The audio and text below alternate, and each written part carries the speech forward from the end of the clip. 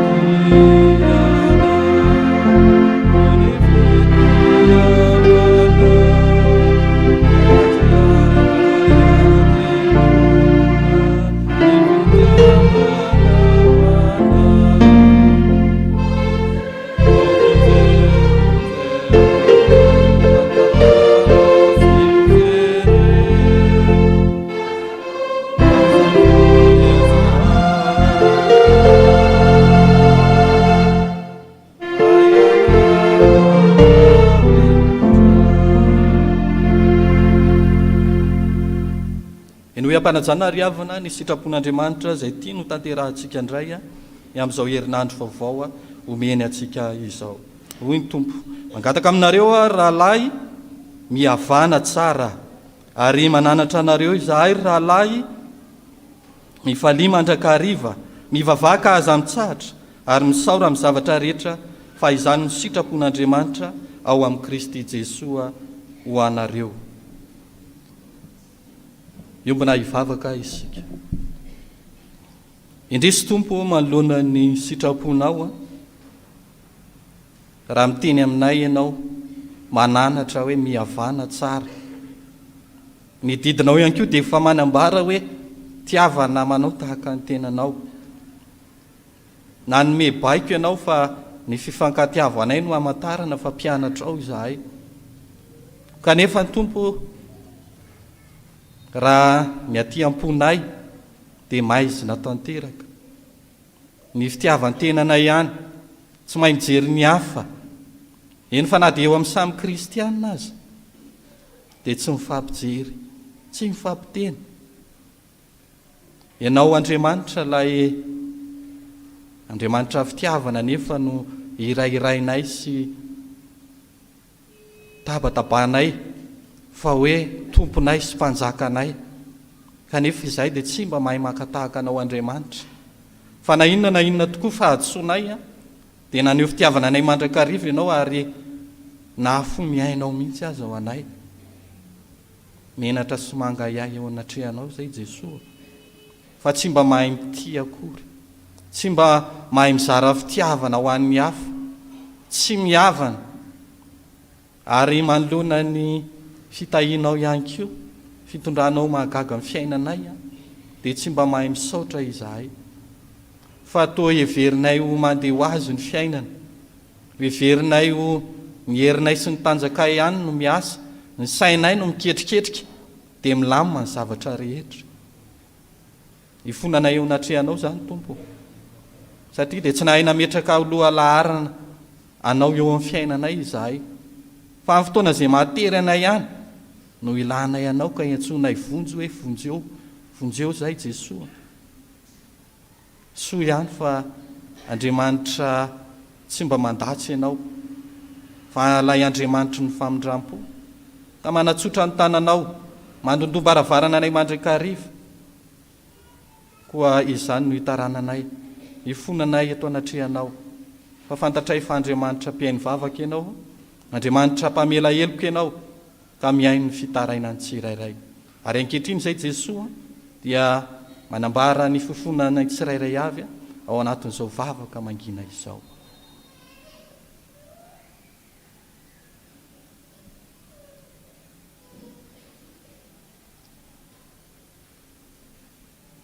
Ny fotorotoro sy ny fanahy mangorakoraka Tompo dia tsy mba ataonao tsinontsinono, koa mihaino anay Tompo, mamaliny vavakay, mamindrafo aminay, mamelany helokay.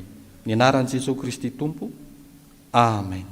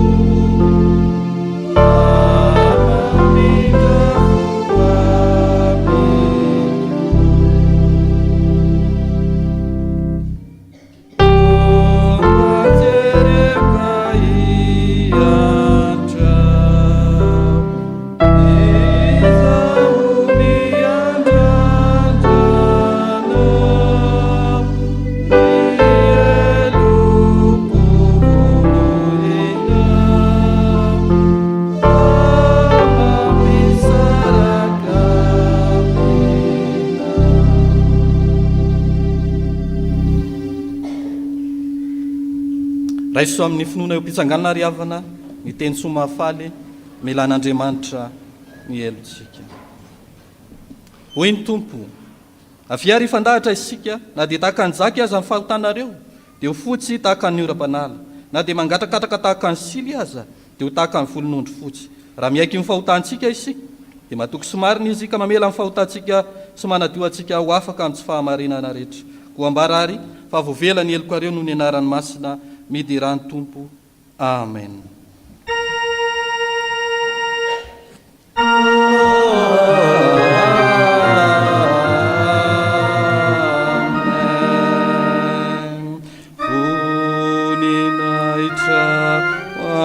Amin'ny avindrindra hoan'Andriamanitra.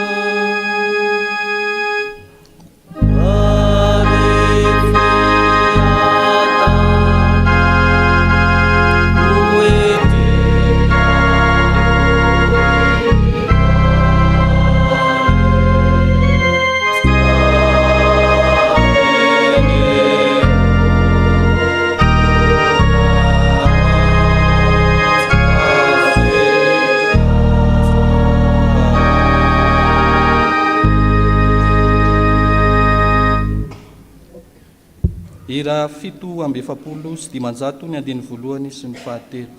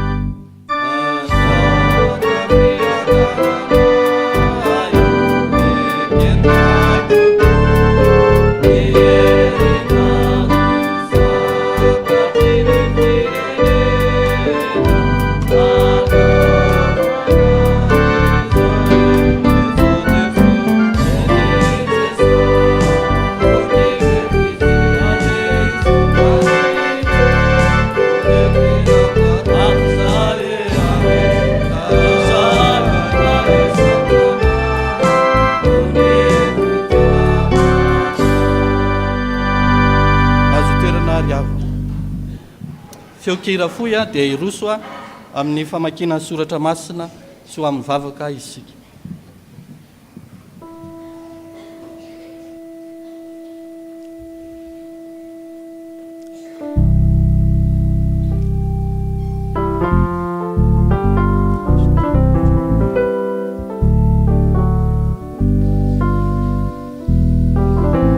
Minitra ho an'ny sekoly alahady.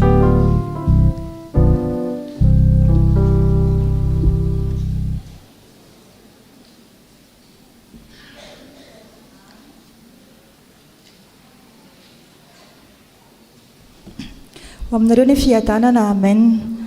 Mangataka anareo rakizy sy ny tanora iara hitsangana dia hanao ny hira 7:7 sy 700 ny andiny voalohany ihany.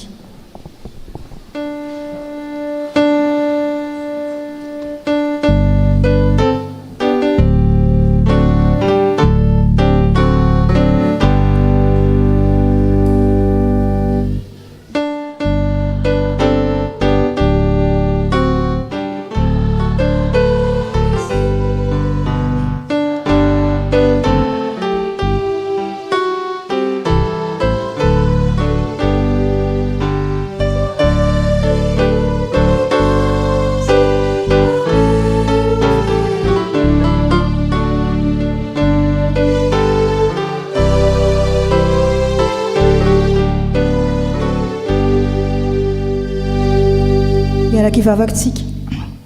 Misaotra Jesosy fa mbola manana anjara aminao izahay zandrinao. Azavao amin'ny fanahy masina izahay takaranay izay tianao ambara aminay. Mitenena Jesosy fa mihaino izahay mpanomponao amin'ny anaranao. Amen. Sokafany baibolitsika rakizy ao amin'ny Salamo 7:7 ny andiny faraky ambin'ny folo. Salamo 7:7 andiny faraky ambin'ny folo. 𝗬𝗩 azafady tompoko 119 andininy faharaiky amby folo.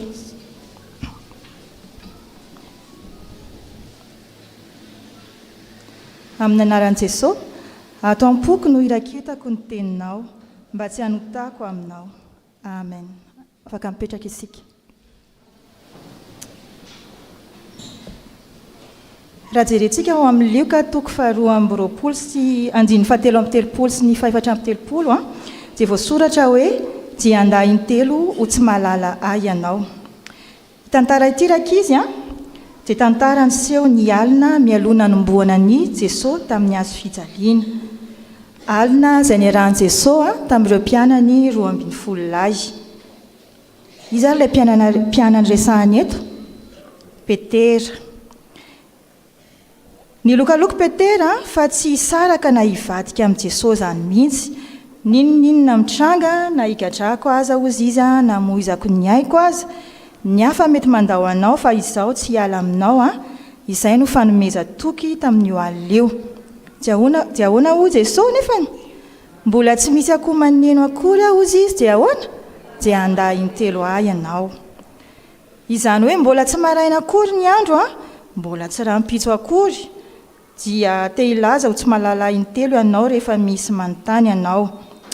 Dia nahoana tanteraka tokoa nefa izany. Zay. Avelantsika izay tantaran'i Petera izay. Fa impiry moa isika rakizy sy tanora no tsy efa nandan'i Jesosy dia mety hamaly ao am-pontsika zao isika ireo hoe ahoana koa ary izany zary tsy mba nandan'i Jesosy zany satria nahoana makany am-piangonana foana mianatra sekoly alahady ozy izy nareo. Nefa tadiro rakizy sy tanora malala fa izay rehetra vita batisa dia efa tafiditra ho zanak'Andriamanitra. Manana ny fanahy masina ao anatiny.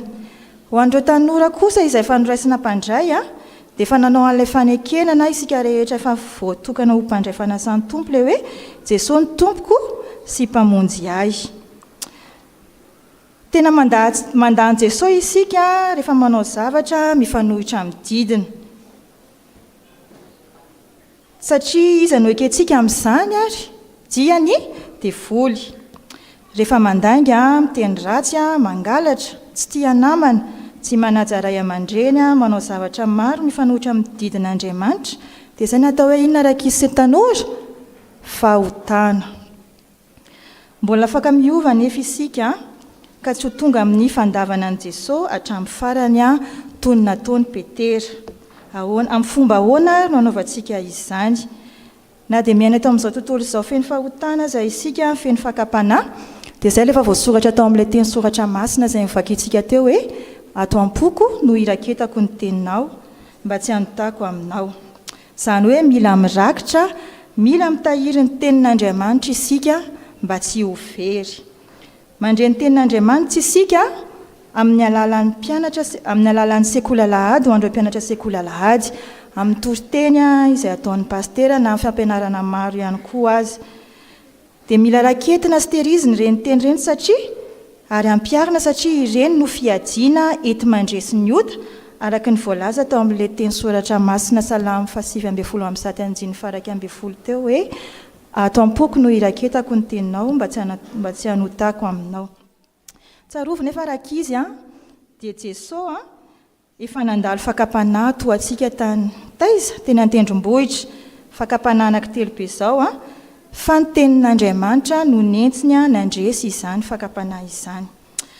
Ry rakizy sy tanora ho anareo izay efa mpianatra sekoly alahady izay mbola tsy mpianatra sekoly alahady dia mijira ho mpianatra sekoly alahady, teneny dada sy neny hoe hianatra sekoly alahady izahay satria efa fanekenana nataonareo natren'Andriamanitra izay. Ho an'izay mbola tsy mianatra sekoly alahady kosa, ho an'izay efa mianatra sekoly alahady kosa dia mazotoa dia aza atao ambany zavatra izany fianarana ny teny soratra masina izany. Isaky ny amfiry moa ny fidirana fianarana sekoly alahady rakizy? Amin'ny 7 ora maraina. Tehirizo ary ampiaro izany fa fiadiana mahomby andresentsika ny ota dia voninahitra ao n'Andriamanitra rery ihany iaraka hivavaka isika ary averinareo ny teny. Jesosy zokinay misaotra ny amin'ny teninao. mifona aminao izahay fifanandahanao toy ny antoa any Petera. Mandao anao izahay isaky ny manota. Hiezaka izahay Jesosy, hitahiry ato-amponay ny teninao sy hampiatra izany. Ny herinao Jesosy no iankinanay anatanterana izany. Amin'ny anaranao, amen.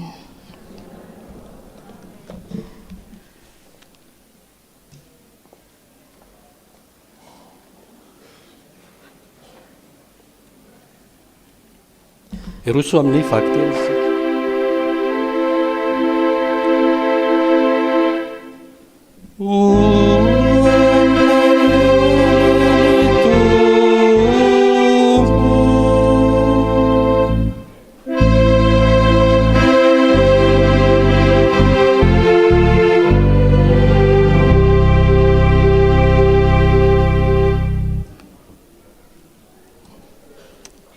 Eroso amin'ny vaky teny arak'izay voalahatra ao amin'ny bokon'ny Josoa toko faharoa ny andinin'ny fahafito ambin'ny folo hatramin'ny fahefatra amby roapolo farany. Josoa toko faharoa ny andinin'ny fahefatra amby roapolo hatramin'ny andinin'ny fahefatra amby roapolo farany. Vakina amin'ny anaran'ny Tompo. Ary hoy izy ireo lahy taminy, izao no tsy anananay tsiny dia ny amin'izay fianianana nampianiananao anay izany. Ino rehefa tonga eto amin'ny tany izahay dia afeninao eo amin'ny varavarakely izay nampidinanao anay io kofedraka io. Ary ny rainao sy ny reninao sy ny anadainao mba amin'ny ankonan'ny rainao rehetra dia ovirinao ho ao an-tranonao. Ary izay rehetra mivoaka eo am-baravaran-tranonao ho eny ivelany dia ho eo andohany ihany ny rany. Ary izahay tsy anatsiny fa izay rehetra mitoetra ao aminao ao an-trano dia ho eo andohanay kosa ny rany, raha tahiny misy olona maninona azy akory. Fa raha tahiny ambarambaranao izao raharahana izao dia ho afaka amin'ny fianianana izay ny ampianiananao anay izahay. Dia hoy ravehivavy, eny ary, fa marina izany. Dia nampandehanina izy ireo lahy ka lasa izy, ary nafehiny teo amin'ny varavarankely ilay kofedraky. Dia nandeha izy ireo lahy ka nakany an-tendrombohitra, ary nitoetra tany atelona mandrapivery ny mpanenjika, ary nitady azy tamin'ny lalana rehetra ny mpanenjika, nefa tsy nahita. Dia niverina izy ireo lahy ka niditra avy tany an-tendrombohitra, nidina avy tany an-tendrombohitra, dia nitany ony ary nakany amin'ny Josoa, zanaky Nona, ka nilaza ny zavatra rehetra izay efa niatra taminy.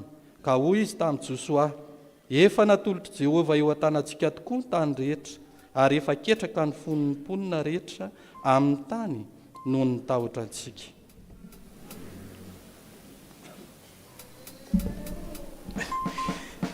Epistily ho an'ny Efesianina. Efesianina toko voalohany andin'ny fahatelo ka hatramin'ny fahaenina. Efesianina toko voalohany andin'ny fahatelo ka hatramin'ny fahaenina. Vakina amin'ny anaran'i Jesosy. Isaorana ny Andriamanitra rain'i Jesosy Kristy tompontsika, izay nitahantsika tao amin'ny Kristy amin'ny fitahim-panahy rehetra any an-danitra, ary ny fidianany antsika tao aminy fony tsy mbola ary ny fanorenana izao tontolo izao, mba ho masina sady tsy misy tsiny eo anatrehany isika, rehefa notendreny raha teo ny fitiavana isika mba ho azy amin'ny fananganana amin'ny alalan'i Jesosy Kristy, araka izay nakasitrahany fony ho fiderana ny voninahitry ny fahasoavany izay nanasoavany antsika maimai-poana ao amin'ny malala.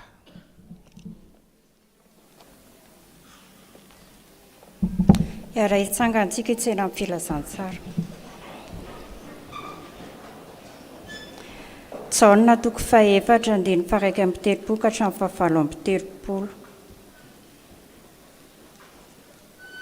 Jaona toko fahaefatra andiny faraika amby telopolo ka hatramin'ny fahafalo amby telopolo. Rehefa hita dia izaho maka azy amin'ny anaran'i Jesosy. Ary raha tsy mbola tonga izy ireny, ny mpianany dia nangataka taminy ka nanao hoe, ano raby eo, fa ho Jesosy taminy.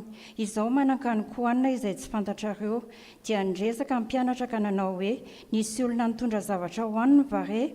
Ho Jesosy taminy. Ny aniko dia ny manao ny sitraponiny izay nanirakay sy ny mahavita ny asany. Moa ianareo tsy manao izany va? Efa bolana no sisa dia tonga ny fararano. Indro lazaiko aminareo, atopazy ny masonareo ka jereo ny eny an-tsaha fa efa masaka sahady ho jinjaina izy. Ary izay mijinja dia mandray karama ka mamory vokatra ho amin'ny fiainana mandrakizay mba hiara-mifaly ny mpamafy sy ny mpijinja. Ary amin'izany dia marina ilay teny hoe ny iray mamafy ary ny iray kosa mijinja. Izao naniraka anareo hijinja izay tsy nisasara anareo, olo-kafa no ny sasatra fa ianareo kosa no niditra teo amin'izay ny sasarana. Ray masino manamasinanay amin'ny fahamarinana, ny teninao fahamarinana. Amen.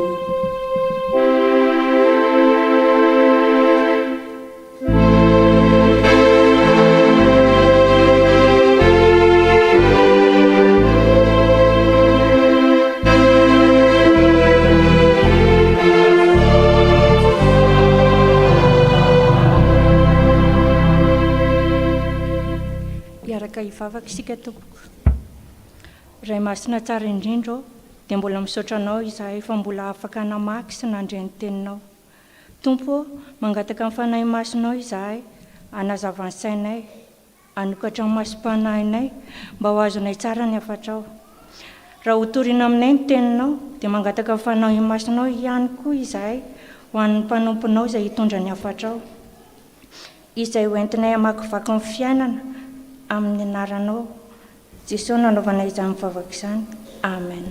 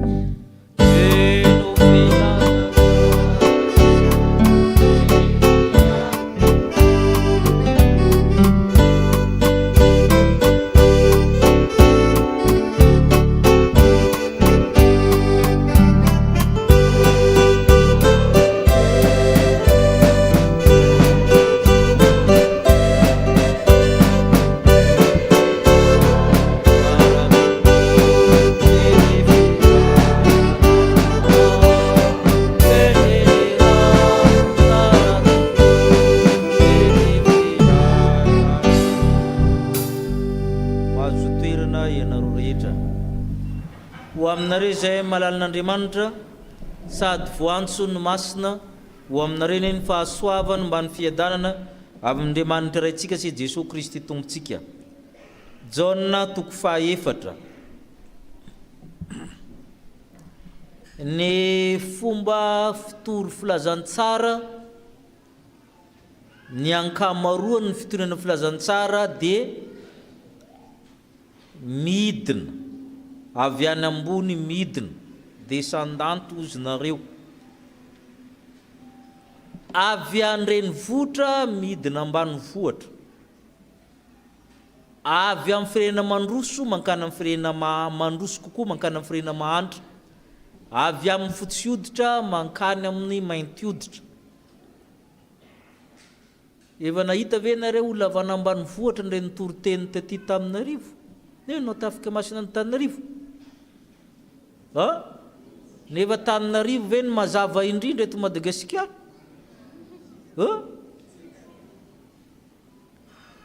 Mampieritreritra zany le fomba fitana filazantsara zany fa zay mandrakariva le izy, ary mitory filazantsara zany de mihevitra izy tafa kokoa, satria amina tao hoe interculturel de hoe avy amin'ny kolotsaina ambony kokoa mankana amin'ny kolotsaina ambany kokoa ny fihevery amin'ny olona. Zany hoe mpitory filazantsara zany manana fa manana fahazavana ianao fa zavatra fieritreritra izany ny fotsy hoditra ny tory filazantsara taty amintsika fa tsy ny mainty hoditra mitoron'ankamy. De io fomba fitory filazantsara io nefany a rehefa jerenareo tsara tsy zay ny nataon'i Jesosy.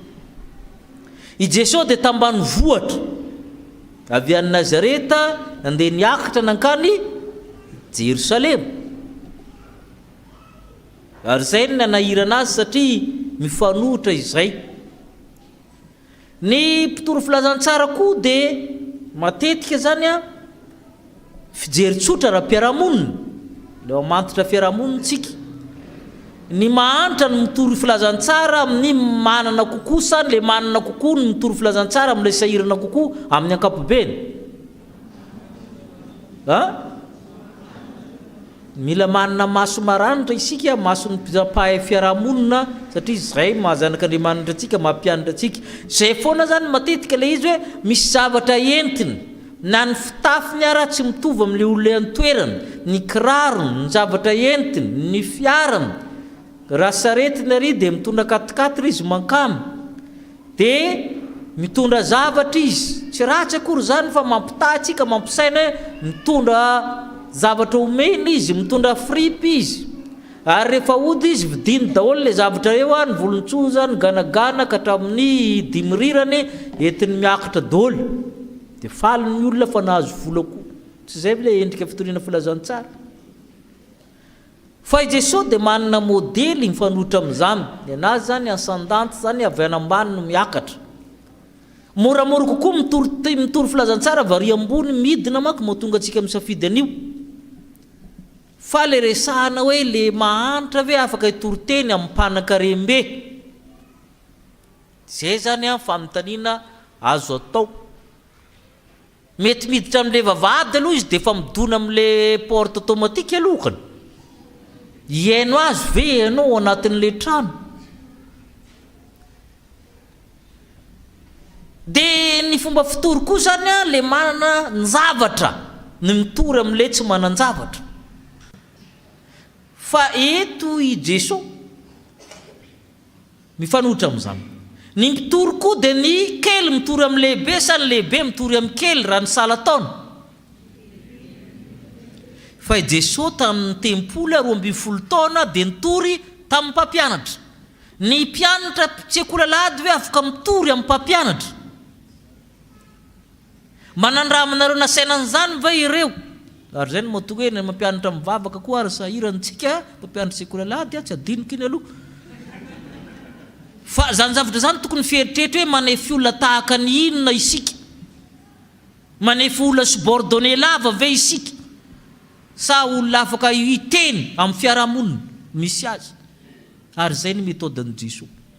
12 taona izy a de efa nampianatra, satria manan-javatra ho resahana izy amin'ireo olona reo.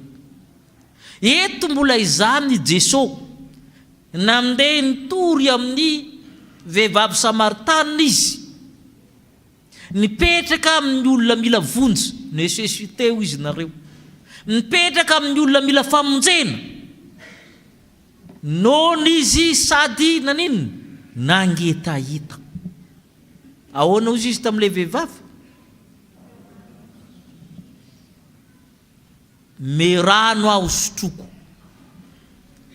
Nipetraka amin'ny mila vonjy izy, ary tsy mety nataon'i Jesosy satria ny Samaritana de heverin'ny jiosy fa olona farana ambany farahidiny. Tsisy jiosy mangataka rano amin'ny vehivavy Samaritana zany, amin'ny Samaritana aloha. Manaraka zany a vehivavy koa io, ny lehilahy tsy mangataka zavatra amin'ny vehivavy zany amin'ny fomba jiosy. Midina be zany Jesosy, mipetraka amin'ny toerany mila vonjy izy, nazahoan'ny tory tamin'ilay madamo.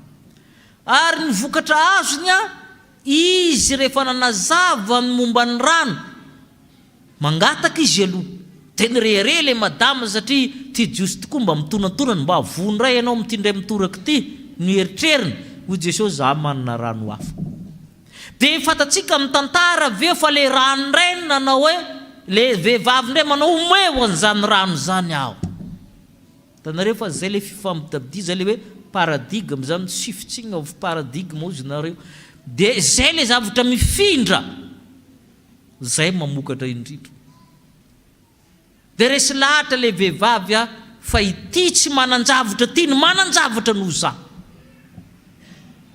ary zay ny modely fitoriana ataon'ny Jesosy fa nantsika zany matetika zay be volany henona izay metimety ny fitafiny no henona dia rehefa tonga zany ianao a dia fidina zao a dia rehefa zay zany a dia efa lalin'le olona le volany sambana voataitra ianao fa ianao nitaitaitra ny fidy azo teo dia zay fijery avy any ambony amidina zay a no toerina amin'ny théorie atao hoe post colonialisme criticisme zany hoe inona fomba endrim-panjanahana izany lazany tsara zany raha tsy mitandra zany dia manjanaka zany dia misy théorie atao hoe post colonial criticisme zay mitsikerany reny dia zay le théorie zany a anaovako fampianarana zao zany amin'izy zany hoe ity vehivavy ty nataon'ny Jesosy ty zany manala ny sakana rehetra na barrière anelakelaka amin'ny olona mahatonga ny ray ho ambony ny ray ho ambany zay ny tena filazantsara ary vitsy ny mampiatra an'io misy firenena ihany mampiatra an'io zany raha nandeha tany velana teo a dia fa izay naharaka da nahita io nandehandeha be a dia nampiatra an'io ihany misy vitsivitsy ny kristianina zany a réformé suisse dia miteny hoe manan-javatra ho resahana aminay ve le zalahy voazanaka mainty hoditra io raha afaka miainareo a dia manan-javatra zay mahatonga mitety fiangonana moatra ny roapolo tany zany a hoe inona ho resahana amin'ireo ary zay le fa le modelin'ny Jesosy nareo efa mandroso a dia ahoana mifitory aminareo tadio fa any Suisse rehefa mangalitra ny olona dia tsy polisy nalaina aminy fa dokotera fanresantsika zany satria maninona 4000 francs suisse mbola ambony euro any karaha mafarana ambany tsy laninao zany matonao mangalitra dia tapitapy zay no tonga anao akana psychologue na psychiatre ino fa tsy polisy no alaina aminao ahoana ny fitory amin'ny olona tahaka an'izany ny voadeviany ianao mainty sady olona voazanaka izy zany hoe modelin'ny Jesosy zany le resahana fa ndeha resahantsika rehefa namokatra fitoriana io manko lasta le vehivavy fatatsika nandeha nitory tany amin'ny tanànany tanareo fa ngeza be le vokatra azon'ny Jesosy tsy vitan'le vehivavy resiny fa lasa koa le vehivavy a nijoro vavolombelona tany an-tanànany anatin'izany fotoana zany a tonga ny mpianatra avy ny vidy a inona moa sakafo izy teo tondra sakafo zareo satria rehefa mankana ny Samaritana ianao miomana fa tsisy manome hanina anao na rano raha tsy mividy ary raha Samaritana mankana amin'ny Jiosy tsy misy manome koa raha tsy mividy zay mahatonga zareo a nividy zavatra nagaga nefa ity Jesosy nona nangetaeta ty a tsy nety sakafo fa milaza tena fa efa voky ary zay le famitaniana ho valitsika vakitsika ny Jaona toko 4 andininy 7 amin'ny telopolo Jaona toko 4 ny andininy 7 amin'ny telopolo ahoana osy izy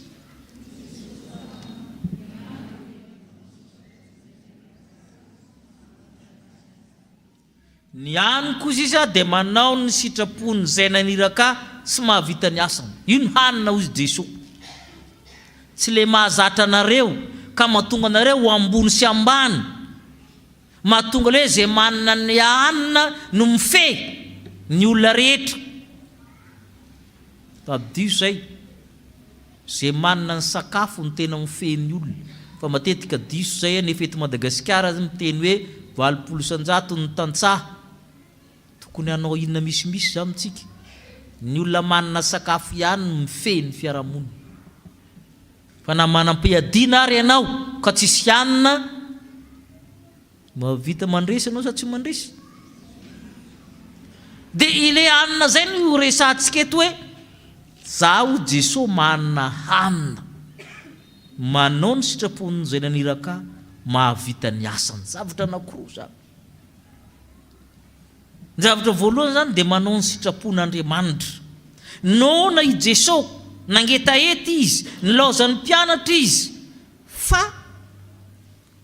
rehefa nivena rety mpianatra ety nanantena hitondra vahaolana amin'izay hanohanany Jesosy zay hano raby eo hano mpampianatra hano dokotera zay ny dikany raby hoe Jesosy hoe zany manana haniny fa tsy fantatrareo hanina azo hanina fa tsy hanin-kanim-pona manan-kaniko hanina misoratra ao misy karazana hanina maro makoa fa tsy tena mahasoa ary zay ny tiany Jesosy resahana aminao ankehitriny hoe tsy fantatrareo mpianatra ireo fa manana hanina ambony ny amina entinareo reo ai Jesosy dia ny fanaovana ny sitrapon'Andriamanitra hanina mahavelo io manao an'izany ve ianao mohatra n'io amina katsahanao mikaramanao io ny fanaovana ny sitrapon'Andriamanitra mohatra ny fianarana ianaranao io ny fanaovana ny sitrapon'Andriamanitra fa adininao manao an'izany ve ianao mitoeram-piasana amin'ny fianaranao amin'ny ankonanao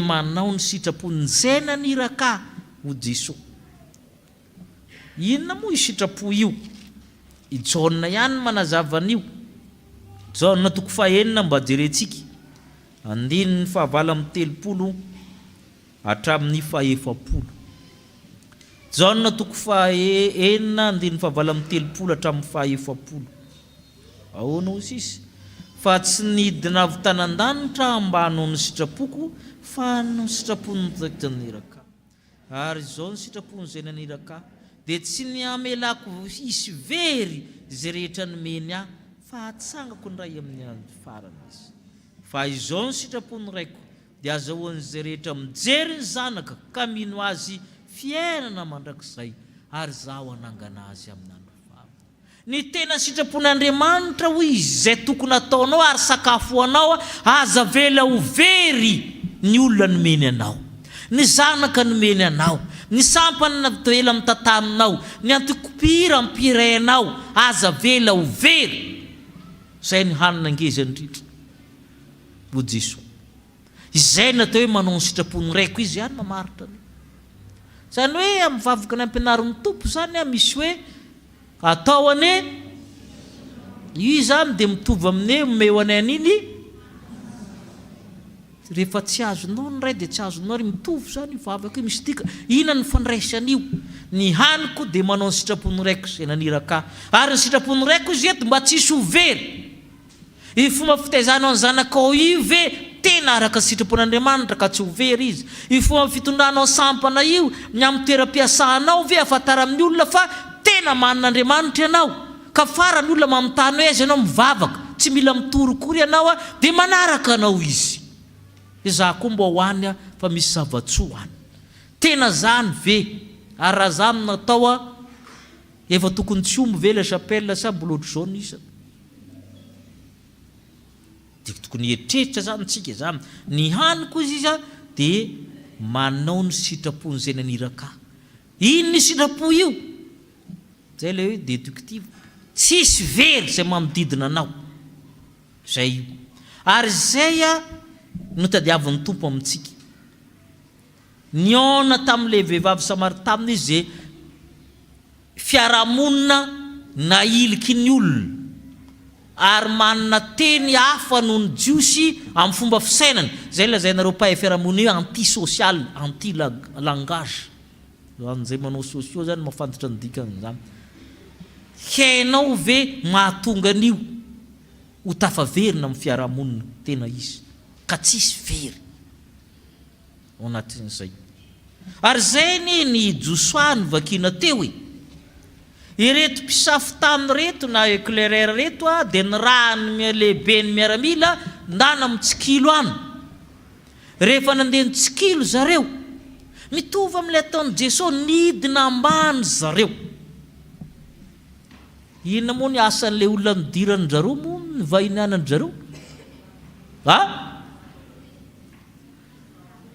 pampanofa tena tsy tiany zareo tsy natao hoe mpivary tena fa pampanofa de maninona no any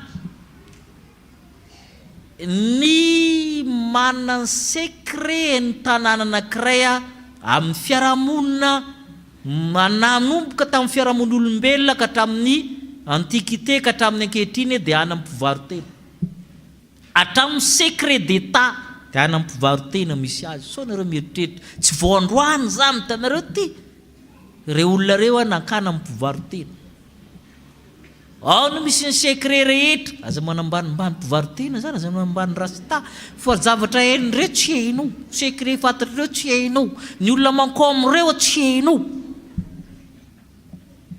fa reo no mitazona mahafantatra ny tanàna ary nidina zareo fa ny fandraisan'le izy amin'ny famonjena koa nefany rehefa nanao fanarahana zareo hoe satria nareo nanafina anay inona mba ataonay ozy hoe mba sovenareo zay i raha bajanga mahalala izy anaty tamboho be ao fa ny zanak'Israely tsy mety resy fa mandresy foana izy koa mahalala ny faiblesse ny tanàna hoe tsy maintsy resy io tena nao convention izy hoe raha mba mandresinareo zay mba avoty ary zay le izy tsy asiko very zay manodidina zay ny sitrapon'Andriamanitra raha bajanga zany lasa namonjy ny fianakaviany manontolo hatramin'ny renina nadany sisa nangolo ny tao hatraminy tao dia izy rery zareo rery niavitra tao amin'ny tanànany Jeriko ary tsy vitan'izany fa io raha bajanga io bebeny Jesosy so dia verinareo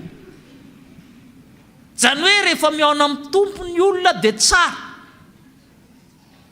fa mpivaroteny io fa io bebeny Jesosy jereo mitetiaran'i Jesosy zany raha bajanga zany ary zay le hoe tsisy very ka nanjary nanarina voninahitra razambeny Jesosy izy ary zay koa ny tadiavin'ny tompo aminao ny aniko dia manao ny sitrapony raiko ary rehefa manao an'io ianao dia misy olona tsy very ho akaikinao eo fa tsy hainao indray ny manary olona manao pitary bato manina moa sinsisa ianao ny zavatra faharoa izy tsy vitany hoe manao ny sitrapony zay naniraka fa mila maninona koa izy moa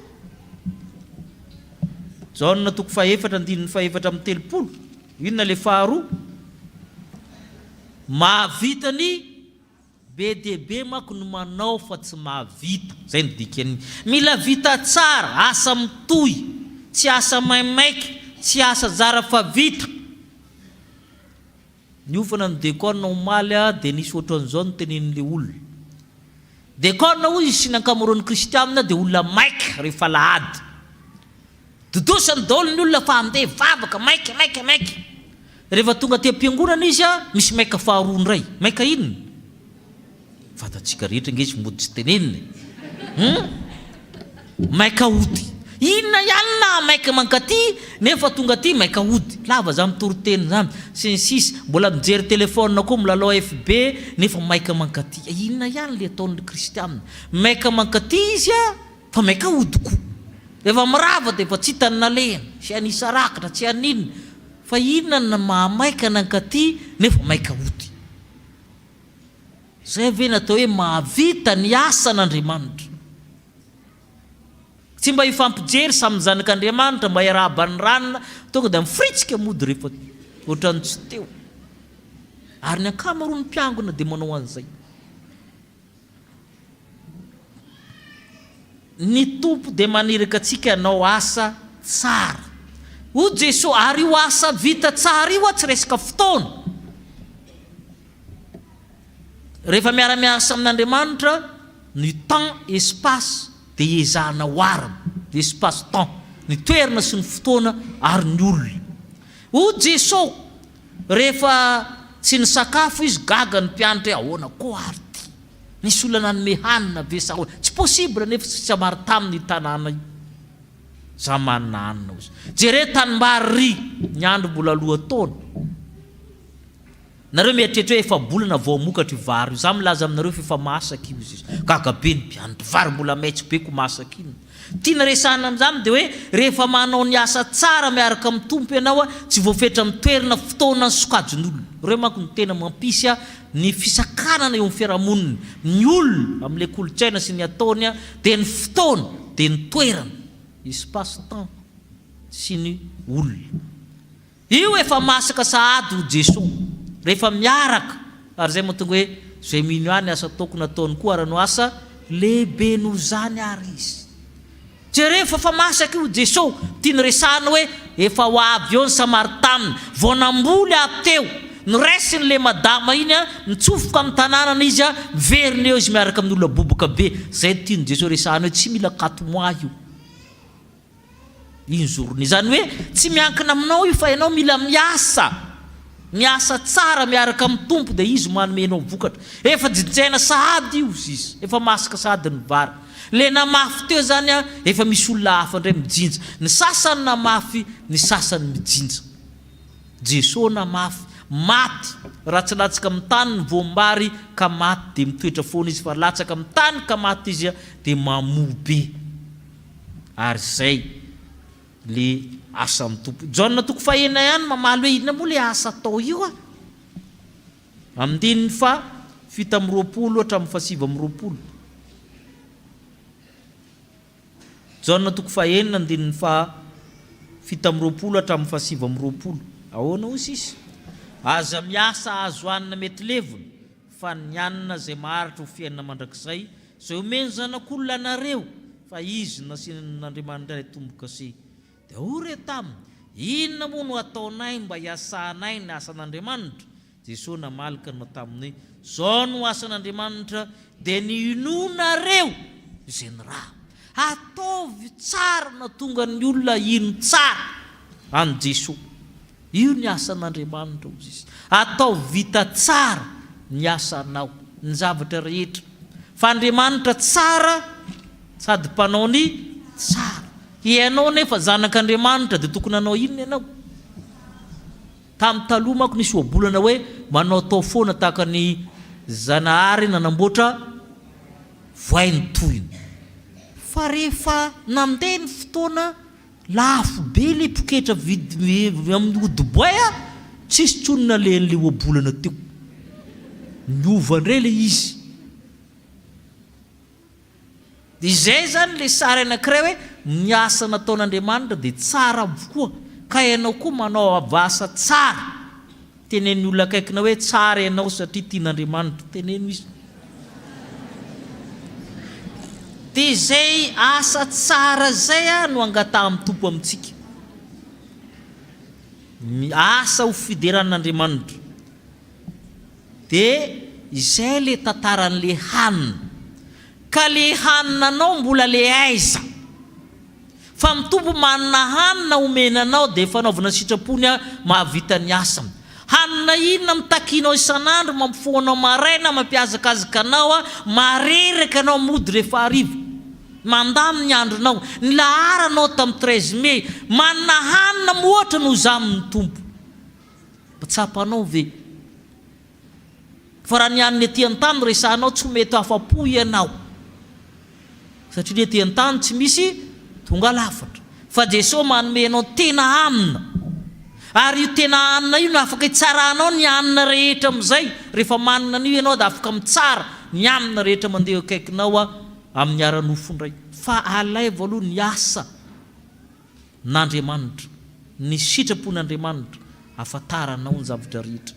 Rehefa hainao io hanin'ny Kristy io, hainao ny hanina tsotra.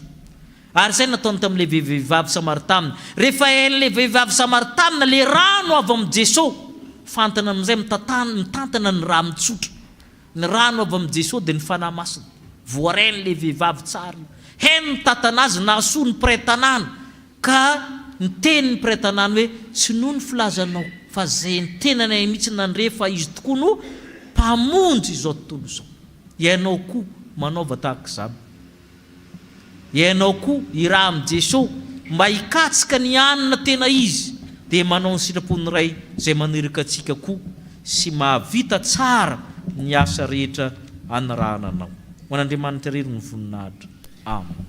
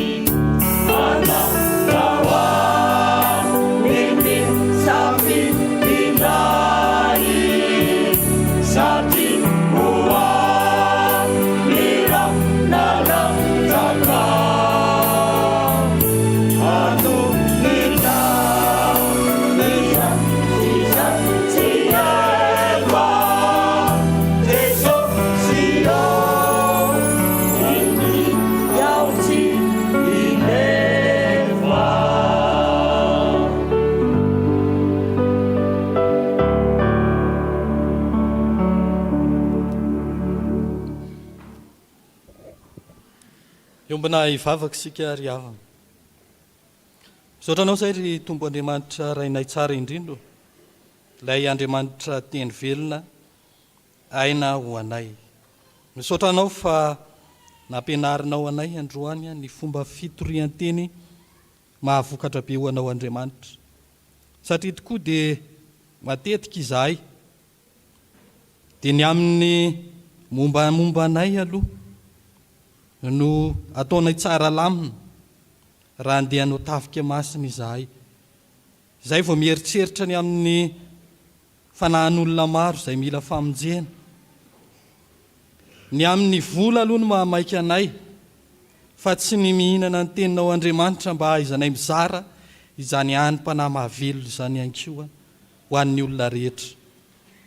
Misaotranao Tompo fa nampianatra anay ianao mba hijoro vavolombelona, ho mpitory mahataona olona marobe ho anao marina tokoa.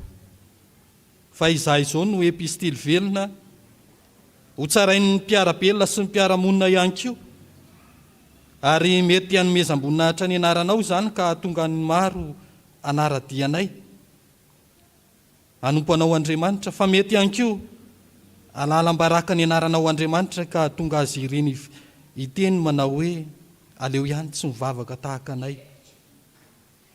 Mifona aminao zay Tompo, fa tsy mba hainay akory ny mitory, fa to everinay ho zavatra mora vita ihany zany. Tsy mahay midina ho amin'ny ambany izahay, tsy mahay maka toeran'ny mila vonjy izahay, fa indraindray ihany koa ngery Tompo dia miaingitraingitra.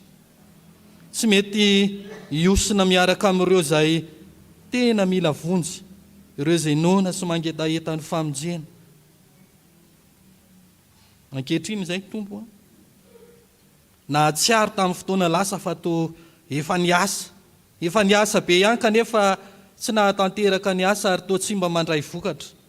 Satria tokoa dia nandeha tamin'ny fahazarana, nandeha araka ny eritreritry ny saina, fa ankehitriny ianao dia nilaza taminay fa tokony ahatsiaro izahay rehetra izao izay milaza ho mpitoro filazantsara dia mahatsiaro ho voky ny amin'ny teninao aloha, ho voky mahatsiaro fifaliana ny amin'ny fantanterahany izany sitraponao Andriamanitra izany, ary takina aminay ny havitana izany asa izany mba ho vita tsara.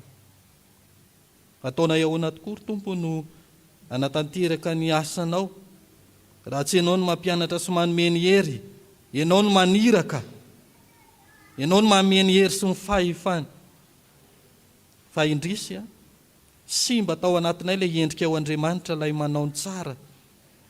Ianao Andriamanitra ilay navita ny asa dia nilaza fa tsara izany. Fa indrisy ny simbanay tao anatin'ny fahotana izany, ka very ilay fahaiza manao, ilay endrika ao Andriamanitra taty anatinay. Irinay Jesosy no tahaka anao, iverina tahaka anao Jesosy Kristy, ilay teny tonga nofo, velona aty anatinay, aty amponay, mba hahaizanay miteny sy mizara ihany koa, izany hany mpanahy mahavoky izany. Ianao no laza manao hoe katsao aloha fanjakany sy ny fahamarinana, dia hanampy anao izany rehetra izany. Mpianary izay Jesosy, ahikatsaka ilay tena fiainana, ilay tena hanina, dia ianao Jesosy Kristy ilay mofinaina, ianao Jesosy Kristy ilay teny velona, ampy ivelomanay. Dia mankasitraka anao izay Jesosy fa miantso anay indray ianao ankehitriny, miantso anay ianao ary maniraka anay ho amin'ireo izay mbola ao anatin'ny aizina. Maro ny vokatra ho ianao fa ny mpiasa ny vitsy. Ka indreto izahay manoloana ny antsinao, vonina ny an'olo-tena, tsy anjeny ny andro lava ka hiandro fotoana hoe mbola misy efa-bolana vao fotoana fijinjana, fa ankehitriny Jesosy no anoloranay tena hanompo anao, anao ny asanao, ho isan'izay mba mpanompo mahatoky hitondra vokatra tsara ao aminao Jesosy Kristy Tomponay. Dia raisy Jesosy fanoloran-tenanay ho anao ankehitriny. Ankehitriny izay Tompo dia mitondra-bavaka izany fiainam-pinoana izany, izany fanoloran-tenana izany mba ho ankasitrahana eo anatrehanao ny fiainan'ny mpanomponao tsirairay avy, izay tonga mitoditody mitady anao aty an-tranonao ankehitriny. Samy manana ny olana, manana fizahn-toetra maro samihafa izay sedrainy tsirairay. Ianao Andriamanitra ny anazava ny saina, ianao fanamasina metaridalana mandraikariva, mba ho tonga ho amin'ny fahazavan-tsaina, hitaridalana ho amin'ny tsara kokoa hatrany. Ny fahasoavanao Jesosy Kristy omba ny tsirairay. Ianao no ame hery-tanjaka fahasalamana mandrakariva ihany koa, hiaro ny ain'ny mpanomponao ianao. Eny, hiaro ny ankohonana ihany koa ianao, satria manompo anao izahay, mino anao izahay, dia ho vonjenao tokoa ny ankohonanay mba ho tonga ho amin'ny finoana kristianina tokoa ny tsirairay. Mivavaka ho an'izao fiangonanao izao izay Jesosy, mba ho fiangonana mandroso, fiangonana mahatoro ny filazantsara, ho fiangonana mivelatra ho an'ny hafa, fa tsy fiangonana mihidy ho an'ny samy kristianina ato anatiny ihany. Dia mivavaka izay Jesosy ho an'ireo sampana, mba ho sampana velona tokoa, mahatoro ny filazantsara anao ihany koa. ho sampana feno ny fahazavana, ho sampana mamokatra be, satria miorina ao aminao Jesosy Kristy tomponay. Mivavaka izay Jesosy ho an'ireo izay maniry kanefa tsy afaka akory iombona aminay tahaka izao, iombona ray latabatra aminao Andriamanitra. Ianao no hitsidika azy ireny any an-tokantrano tsirairay avy ihany. Mahatoky izay fa Andriamanitra mifeny fotoana ianao, Andriamanitra mifeny elanelana ianao, ary Andriamanitra mifeny zavatra rehetra ianao ka manatrika anay amin'ny fotoana rehetra naizanaiza iantsonay ny anaranao. Dia mahatoky izay Tompo fa na maro ary izahay dia iray ao aminao Jesosy Kristy izay tomponay. Mivavaka izay Jesosy ho an'ny firenenay, ianao no anome ihany koa ny fanahinao masina hitondra ho amin'ny fanavaozana marina tokoa, anafoana ny kolikoly ny endrika fankahalana eto amin'izao firenena izao. Tompo, anjakao ny nosinay ka monena, ary ny asan'ny Satana rehetra dia didina tsy hanan-kery tsy hanam-pahefana amin'ny anaranao Jesosy Kristy tomponay. Fa mba tena hiavana tokoa ingeny malagasy, ary anompo tompo iray dia ianao Andriamanitra ilay naharin'ny lanitra sy ny tany. Ianao Jesosy Kristy ilay namonjy, ary ianao Jesosy Kristy ny rahanao ane no hanadio anay, hampazava ny firenenay, ary dia ho marina tokoa ingeny hiranay manao hoe ho firenena anjakanao hiadana sy ho finaritra hatramin'ny taranaka mifandimby. Izany Tompo no etaetanay, izany no fanirinay apetraka feno eo ampelantananao. Ny ezaka ataon'ny fiangonana ho amin'izao fanatsarana izao ihany koa dia nao Andriamanitra no tanteraka izany araka ny sitraponao. Mahatoky izay Tompo fa na ireo izay rehetra tsy voalazanay dia ianao Andriamanitra, ianao Jesosy Kristy mifamivavaka ao anay, ianao fanahy masina no mialo lalana hatrany ny vavaka ataonay.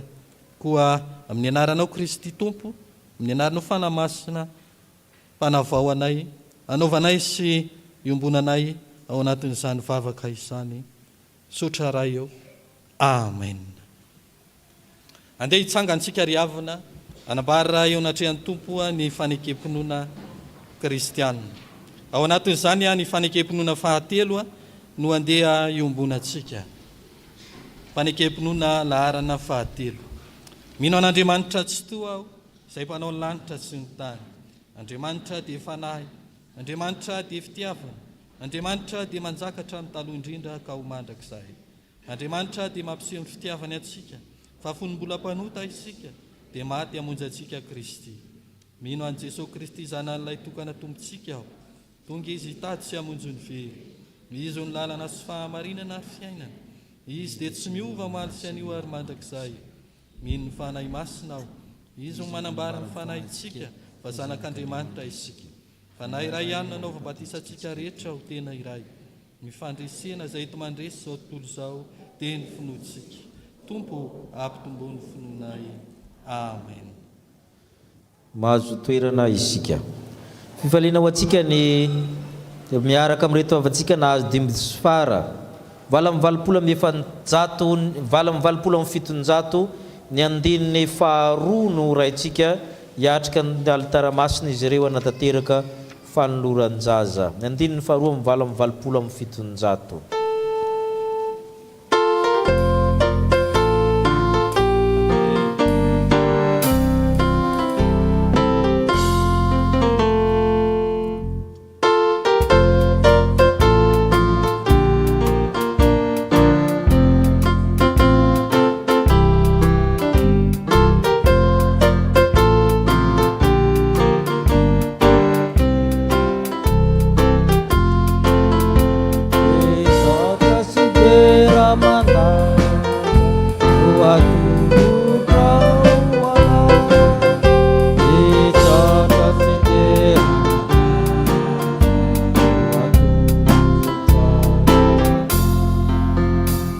Zazakely andriany aina ny lavalim-bavaka min'Andriamanitra antsika amin'ny alalan'ny reto ray aman-dreny Andriamanantoanina tokisy raha tsy miseta onja ny aina.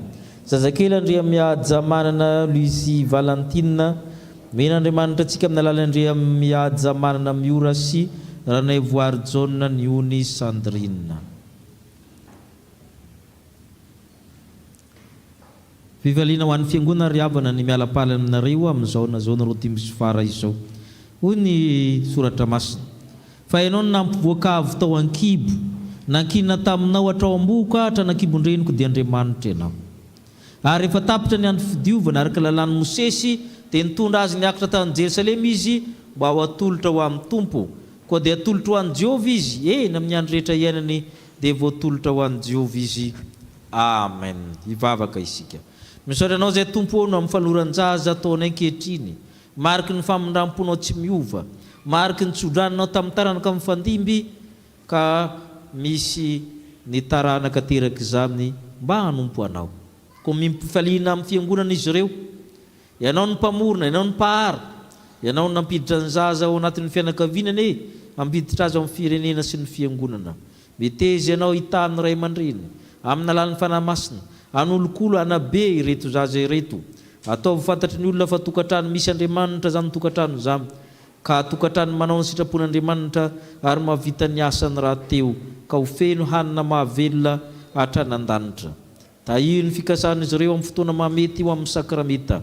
Avozy koa izay fiangonana mba hitaiza ireo zanaka mampara amin'ny finoana, fitiavana, fanantenana, ananany olombanona eto amin'ny firenena.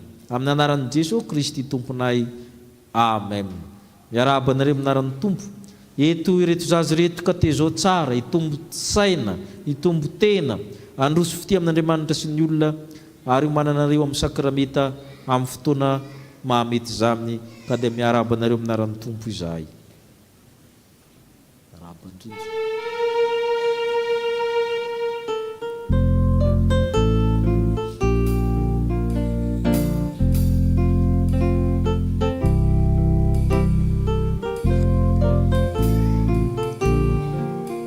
Fifaliana na fifaliana ho antsika ny amin'ny reto avantsika manolotra ny tenany handray ny sakramenta ny fanasa amin'ny Tompo. Ira fanampy ny fahatelo amin'ny telopolo ny teniny voalohany hitsangana aty amin'ny alitara masina izy ireo.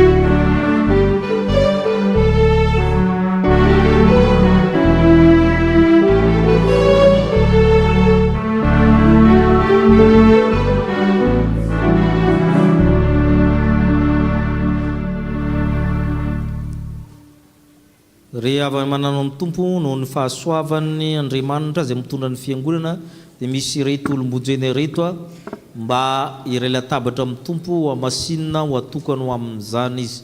Efa nampianarina ny filazantsara izy ireo, nampianarina ny fotompona kristianina izy ireo, ary efa natateraka ny fanankinan'ny Tambatisa atolotra antsika mba ho hamasinina ndeha isika hitsangana amin'ny piray amin'ny fontsika hivavaka hangataka ny fanahy masina. Iombana hivavaka isika. Ry ray mandrakizay io. Misaotranao amin'ny fonay manontolo izahay. Sitraka mantsy ny nanome toky anay fa ny teny fikasana momba ny famonjena. Dia ho anay sy ny zanakay ary ho an'izay rehetra lavitra, na aiza ny tsony fitiavana nantona anao. Andriamanitra tsara sy mahatoky io. Ny fanambaranao izahay. Teo amin'ny batisa dia nanokana ny zanakay ho anao izahay, ka mangataka ny iritsahan'ny fahasoavanao ao aminy. Nampianarin'ny filazantsaranao izy, ary niezaka izahay na dia malemy aza mba hitarika azy ho amin'ny fifaliana mandrakizay. Dia ny mahafantatra anao izay Andriamanitra tokana sady marina sy Jesosy Kristy izay efa nirainao.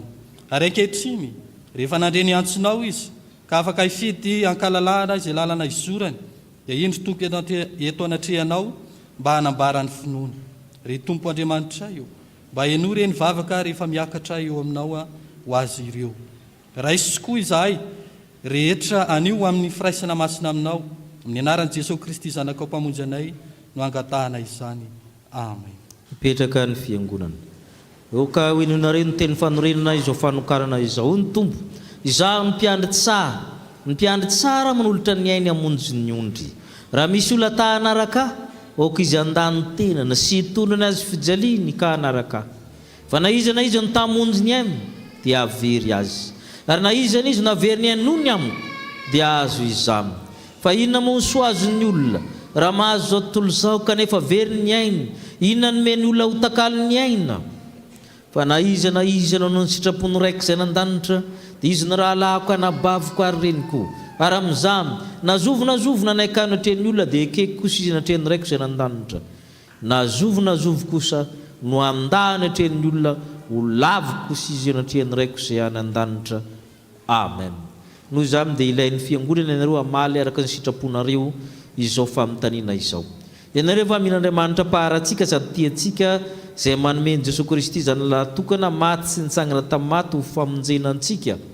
Mino Jesosy Kristy izany ny lahatokana izay manome famelan-keloka sy fiainana mandrakizay ho an'ny mpanota rehetra mibebaka ka manaiky azo tombo sy mpamonjy va ianareo?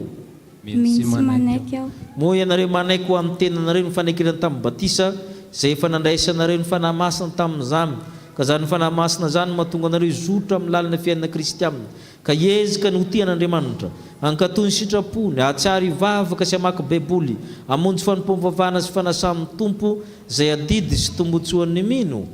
Manaiky ny oti sy ankatoa. Kary nareo hitodika amin'ny fiangonana hanamafa mpahabe maso izany fanekenareo izany.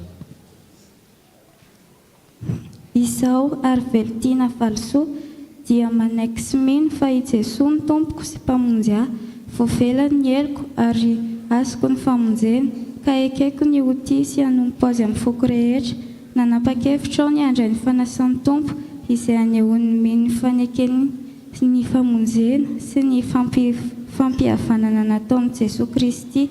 Ekeko fa ny soratra masina no hanambaran'ny Tompo amin'ny fiangonana sy ny mpino tsirairay ny sitrapony, koa ezaka ao eo ambanin'ny fitarian'ny fanahy masina ny andinika azy sy azoto amin'ny fanarahana fampianarana amin'ny fomba samihafa.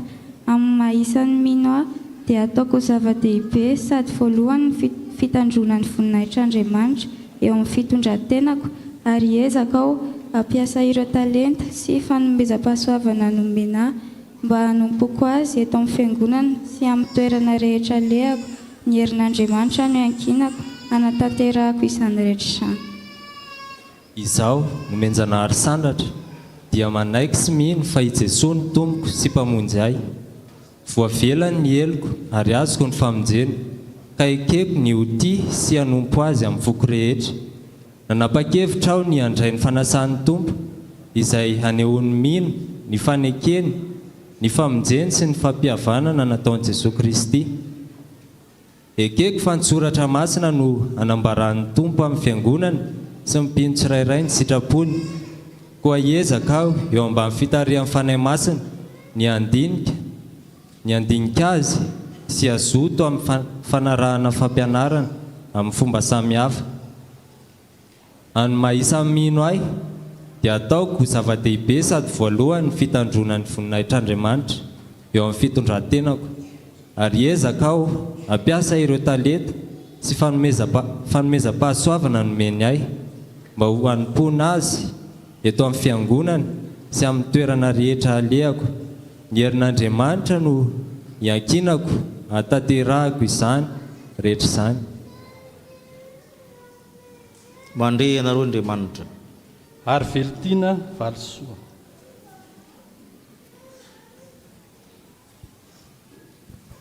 Noho izany fanekena nataonao teo izany dia amin'Andriamanitra ilay zanaka fanamasina dia manokana anao izay, nitsodrananao izay, manamasina anao izay ka mandrainao isan'ny momba ny tenan'i Kristy. Asaina indray anjara miaraka amin'ny ankehitriny amin'ny fanasan'ny Tompo. Ary Andriamanitra ilay tsy toy izay efa niantsana ilay tamin'ny maizina ho amin'ny fahazavany mahagagany no hatanteraka sy ampy-orona nampitoetra anao, ho azy ny fanjakana mandrakizay ho aminao ny fahendrena, mahire sy mahatanja fa amin'ny Tompo momba anao. Nomenjanahary sandratra.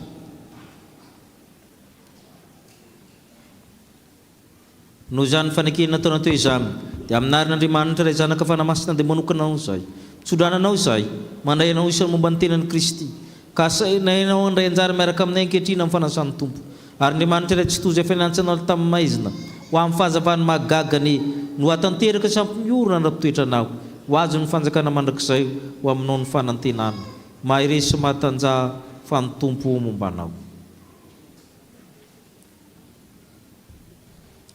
iombana ivavaka isika liavako dia tompo Andriamanitra rainay misaotranao izahay no ity orany menao iainanay eto anatrehanao ity apetraka eo an-tananao ray eo ireto mpanomponao ireto izay voavina namafy ampahibay maso ny fanekeny taminao ianao ry Andriamanitra ray eo no niantso azy koa namaly izany antsonao izany izy da io ny fanapahan-keviny toetra amin'ny fatokinanao ka mba omeo azy ny hery aharetany amin'izany no ny fanahinao masina ianao ihany koa no aka anomana azy anantona ny latabatrao masina sy ampiditra azy eo amin'ny firaisana amin'ny zanakao ataovy marina ny fibebahany tanjaka ny finony tsy azozongozonina ny fanantenany ary mahery ny fitiavany ka ifikitra mafy amin'ny marina izay mahavonjy izy ka hiasa lalandava mba hitombony amin'ny fahalalana izany ary isehony amin'ny kery mandrakariva eo anatrehan'izao tontolo izao ho vavolombelona amin'ny teniny sy ny asany mivavaka aminao izay tompo mba omeo anay rehetra koa ny androsatrany eo amin'ny fiainana kristianina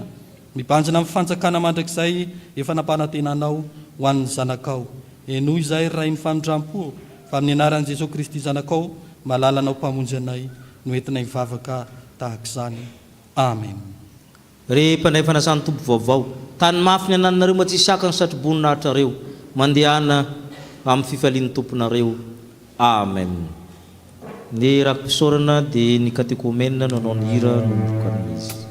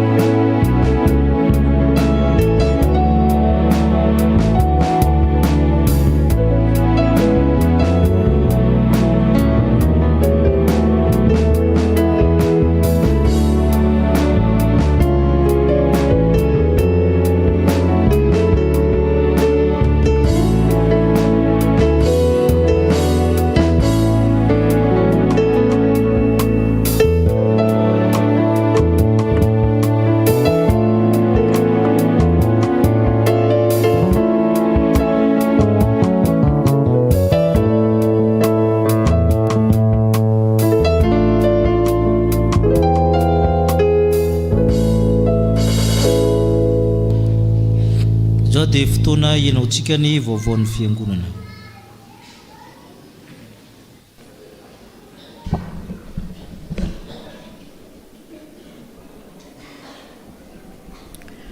Amin'ny anaran'i Jesosy Kristy lohan'ny fiangonana no iara-banantsika ry havana nahatratra izao andro anio izao, ary dia manona ny fahasoavany sy ny fiadanany ho amintsika tsirairay avy sy ny ankonantsika rehetra. Halako, eny, laviko ny andro firavoravoanareo, ary tsy ho antra ankasitrahana amiko ny fivorianareo masina. Ary aoka ny fitsarana hanalonalona toy ny rano, ary ny fahamarinana toy ny renirano tsy mety ritra. Amosa 5:2 sy 7:20. Toy izao indray amin'ny vaovao iray tamin'izao maraina izao. Isaorana ny Tompo avo indrindra, fa vita noho ny fitantanana dia totosa soamatsara omaly 20 Oktobra ny fifanany dekolina sy ny loholona izay iraisan'ny chapelle militaire rehetra. Isaorana ihany koa ireo mpitandrina amin'ny zajara tamin'ny fampiofanana, ny birao fiangonana sy ny fikambanany dekolina sy ny loholona, voninahitra ho an'Andriamanitra ireriany. Misy ny valopy fanohanana ny asan'ny sefala ny synodam-paritany iarivo avaradrano, dia manasa ny fiangonana sy ireo rehetra izay nivoaka sefala tao amin'ny synodam-paritany iarivo avaradrano andray anjara amin'izany, ary anatona any tonton-hery sy taty Florina. Anatanteraka famangina manjoan'ny fiangonana ny sampana VFL sy ny sampanasa AFF rehefa vita izao fotoana izao.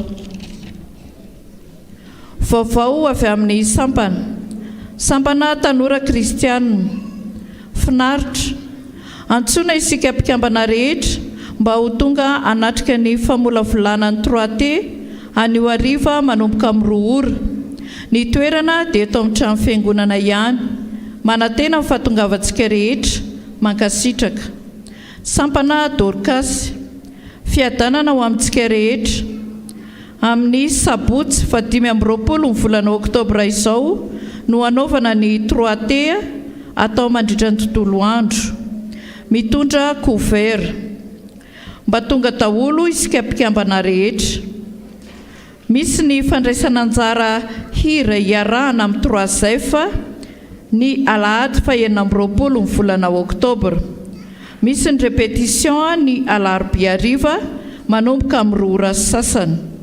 Mijanona ny sampana aoriana ny fanompom-pivavahana anio. Avy amin'ny sampaty, fampatsiahivana, anio hariva no tanterana ny fivoriam-bea manomboka amin'ny 3 ora eto am-piangonana. Avy amin'ny sampana fifoazana, miarabantsika rehetra amin'ny anaran'i Jesosy, mbola ao anatin'ny iray volan'ny safifa isika izao, koa ho hitantsika ao ivelany ao ireo sakafo amidy amin'ny vidiny mirary, gaufre, jus, sandwich. Ampatsiahivana hatrany isika fiangonana fa amin'ny alahady 19 ny volana Oktobra izao manomboka amin'ny 2 ora sasany ny seho lehibe mitondra ny lohateny hoe ny safidin'Andriamanitra. Tsy misy vidim-pidirana fa valopy no raisintsika amin'ny mpikambana safifa rehetra. Manasanao ny Tompo, meteza amaly ny fanasany, an'Andriamanitra ny voninahitra.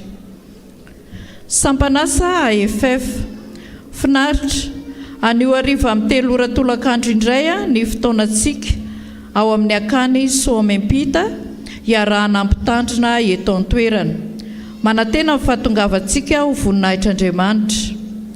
Sampana sekolelahady, miverina ny mpianatra rehetra ny hariva amin'ny 2 ora sasany ho amin'ny fampianarana ny fety krismasy. Rakim-pisaorana, ataovy toy ny fanomboan-kasea ao am-ponao ao sy toy ny fanomboan-kasea ao an-tranjonao. Rakim-pisaorana no navitany ny fanamasinana ny fanambadianay atolotra ny fiangonana. Izay indray ry havana vaovao iray tamin'izao maraina izao, voninahitra ao an'Andriamanitra ireriany.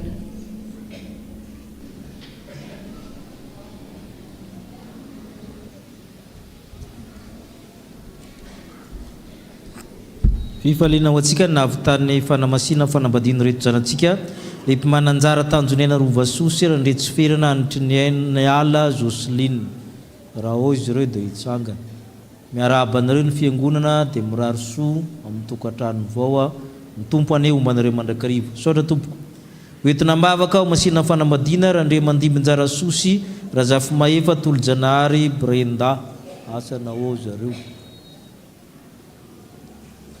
ambany vohatra ngamba apatsaivina isika antokopihira zany a manomboka amin'ny taniketsa izany fa mivory mandahatra ny hira liturjika amin'ny 422 hosoratanareo tsara izany mihira amin'ny fotoana inona hatramin'ny taniketsa ho fa tsy hoe tetetra dia mihira dia tetetra dia tsy mihira fa raketina mihitsy hoe hovininareo no hihira dia ny sampana efa mahazatra moa mahalala amin'ny toerany amafisin'izay dia fandaharam-potoana mandritra amin'ny taona mihitsy naboakanareo dia iny zany ny fandaharana ny fihirana zany mandritra amin'ny taona zany dia mpatsaivina isika zany dia miangona ny mpampianatra hira rehetra satria ny mpampianatra hira isatsapana dia tsy tokana intsono izy tsika hafa ny mpitarika tokopihira hafa ny mpampianatra hira ny olona rehetra manan-talenta amin'izany dia afaka mampianatra hira daholo amin'ny sehatra anankiray ka engavinareo zany andamina ny tetikandro momba ny hira fihirana atao amin'ny fiangonana mandritra amin'ny taona ampiarahantsika amin'ny 3T 2026 zany misy ny tolotra ataon'ny sampana fifoazana gouffre moa izy teo sa gouffre moa manahirina koa mako le teny vahiny fa zavatra kely miova dia efa miova le izy dia mandray anjara zany tsika amin'ny etsika ataon'ny sampana zany efa hitantsika fa miroso kelikely ny fanamboarana ny valin'ny tafo ataontsika dia somary miaritra kely tsika amin'ny fanelinkelenana efa nisy ny valopy efa voaray afaka mandray anjara trany ianao amin'ny rakitra dia le fanantazan-drakitra fotsifotsy io no androtsahana ny valopy ho an'izay nitondra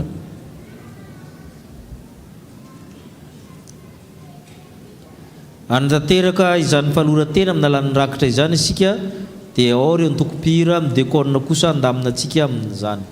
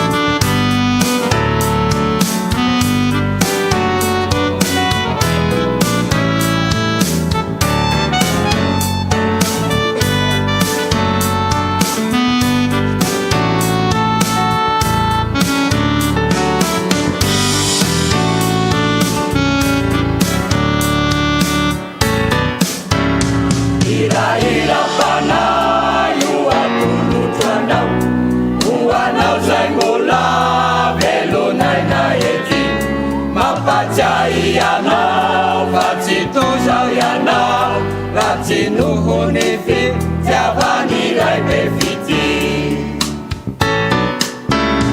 Ira banano antolotro anao Ho anao zay mbola velonaina ety Mampatsiahy anao fa tsy tozao ianao Tatsinohony fitiavaniray be fity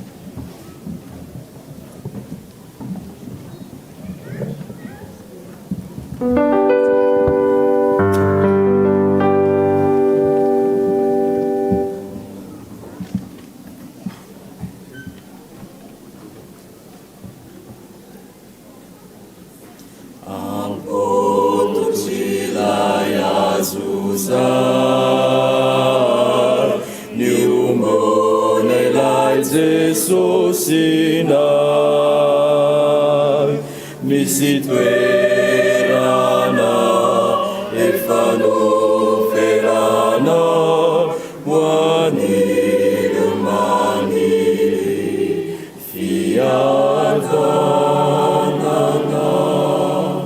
mbola ny toerana mbola ny toerana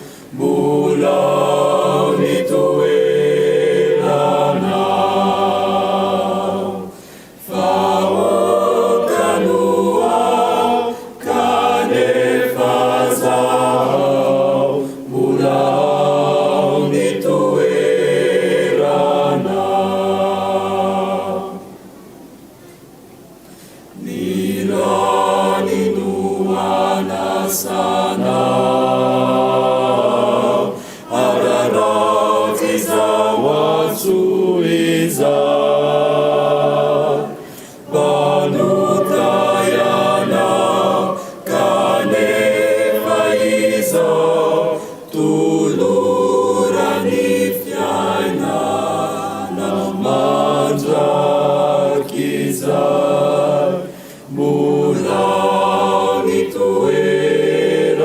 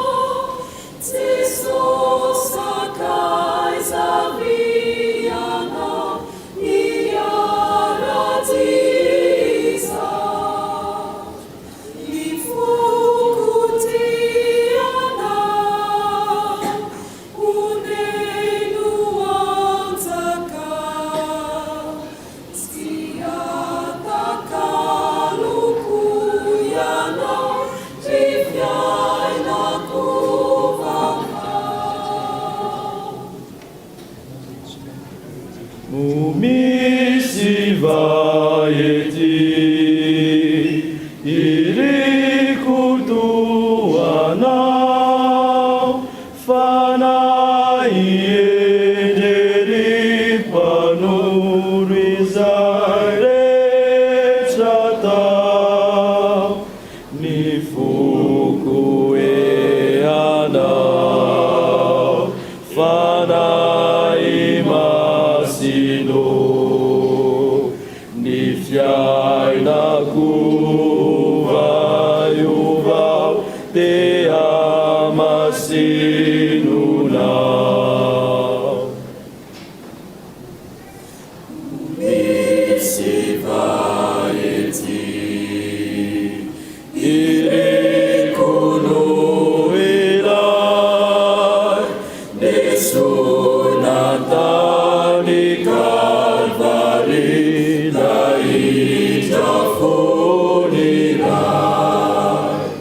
Jesu malalao endrety vitanao ianao no etaetako sy asambarako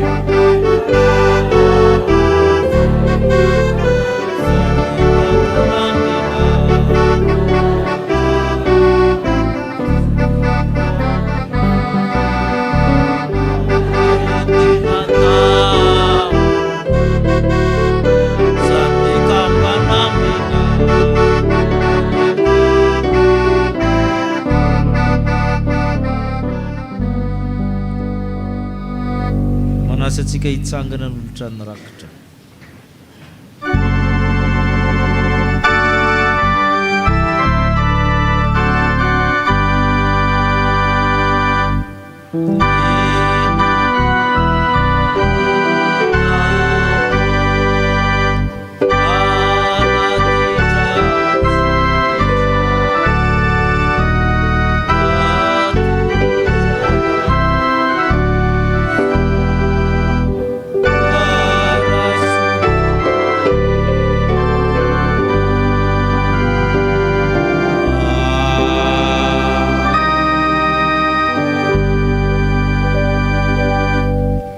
Manasanao zay mpanday fanasan'ny tompo ny tompony voninahitra mba hiara mandray fanasan'ny tompo amin'irito mpandray fanasan'ny tompo vaovao. Ny tompo no manasanao. Amarina ny tapany voalohany amin'ny fanipombavana antsika hira fanampiny 7 amin'ny 7.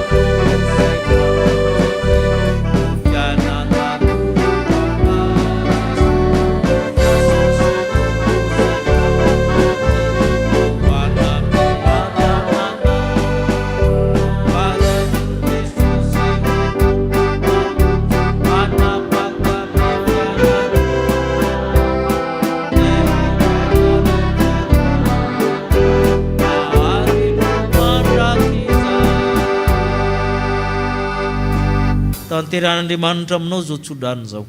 Ny fahasoavan'i Jesosy Kristy, ny fitiavan'Andriamanitra ray, fampiresany eny amin'ny fanamasina hitantanareo. Ka arovana avokoa ny hevitrareo, ny ainareo, ho tanteraka ianareo tsy hanan-tsiny amin'ny fiavian'i Kristy tompontsika. Ho tahina raha mandeha, ho tahina raha mitoetra. Amen.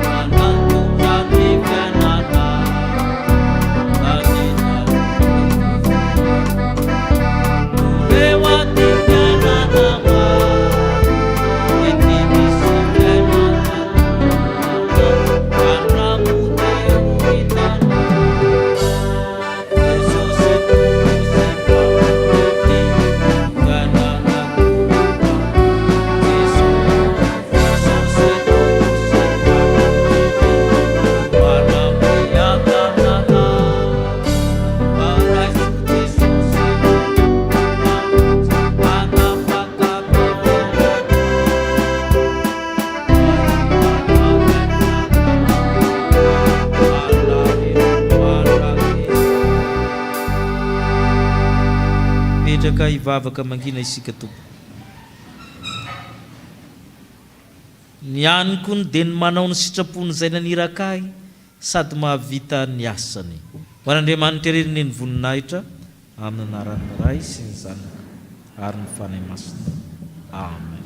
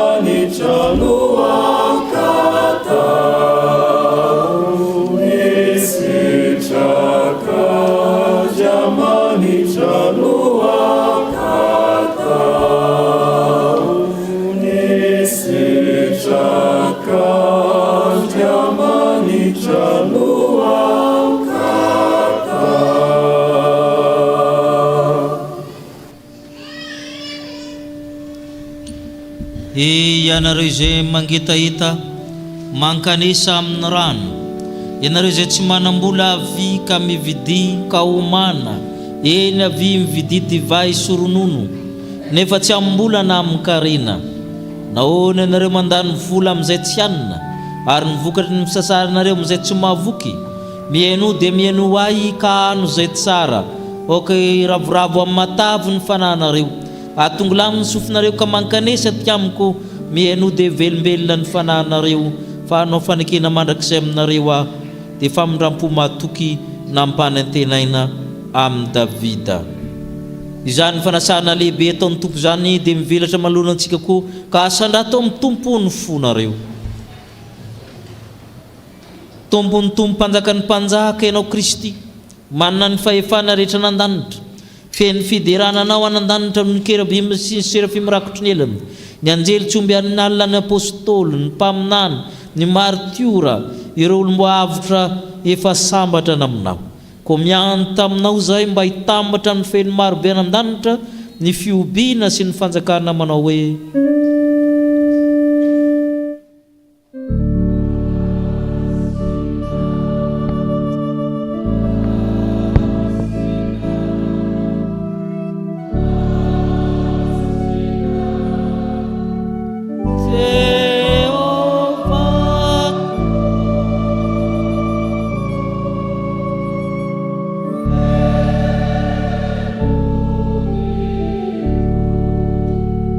Hey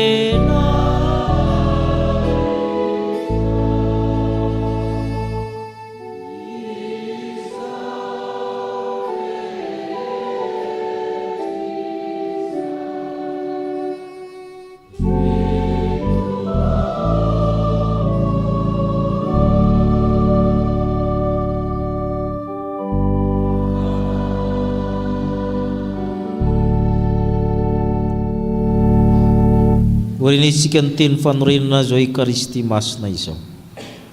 Fa i Jesosy Tompo tamin'iny alina iny izay namadia anazy dia nandray ny mofo ary rehefa nisaotra izy dia novakiny ka hoy izy raiso hany ity ny tenako izay omena ho anareo izao nataovy ho fahatsiarovana ahy.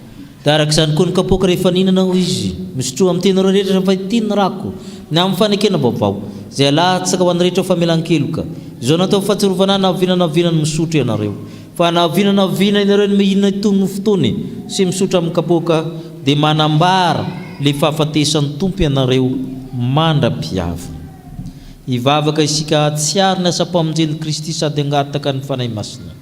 Ry Tompo ray an-danitro, indretsy manao ny fahatsiarovana ny nahatongavany zanako olona, ny finanambiliny Betlehema, ny asany, ny fampianarany, ny fiainany, ny fijaliany, ny fahafatesany, ny fitsanganana amin'ny toerany maty, niakatra amboninahitra izy mifony amin'ny kavanan'ny ray anan-danitra naniraka ny fanahy masina. Miandry sy mitalaon'ny fiverenana izay Tompo, ko mba hafenony voninahitra ao ny fanatim-pisoaranay taio tanteraka izao sakramenta masina zao endry Kristy le tokona Kristy le tanteraka Kristy le nateny ny ray mandeha monja ao anay teo amin'ny azo fijaliana. Ry Tompo ray anan-danitra, oka hiasa aminay ny fanahy masina, le fanahy mahery mba hahatonga anay ho tafaray marina tokoa amin'ny fombanan'i Kristy rehefa miombona amin'ny mofo sy ny divay tahateo zahay. Ko mianto aminao zay ry fanahy masina, amasino ny mofo manambara amin'ny tenan'i Kristy, amasino toraka izany ny divay manambara ny ran'i Kristy. Io Andriamanitra kosa hatanteraka ny teny zanako malalao satria amin'ny alalan'i Kristy sy miaraka amin'ny Kristy mba mifiraisina amin'ny fanahy masina ny laza sy ny voninahitra rehetra mandrakizay. Amen. Ny mofo izay vakintsika dia firaisana amin'ny tena Jesosy Kristy Tompontsika izay novakina ho antsika. Satria iray ihany mofo isika koa dia tena iray ihany isika na dia maro aza fa isika rehetra dia samy mandray amin'izany mofo iray izany avokoa. Ny kapoakan'ny fisaorana izay sorantsika moa tsy firaisina amin'ny rano fanekena va izany na rano fanekena vaovao izay nalatsany ho antsika ho famelan-keloka. Amen. Hoy Jesosy Kristy, ny aniko dia manao ny sitrapon'ny raiko izay naniraka ahy sady mahavita amin'ny asany. Andeha fefavoatra avokoa izao ny zavatra rehetra. Amen. Hipetraka isika amin'ny fizarana ny mofo sy ny kapoaka.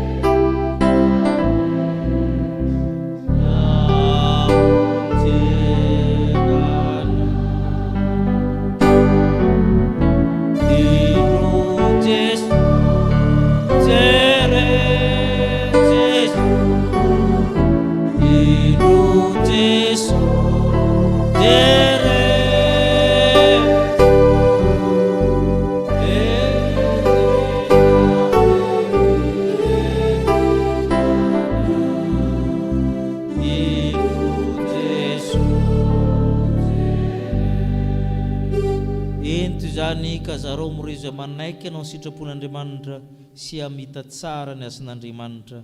Amen.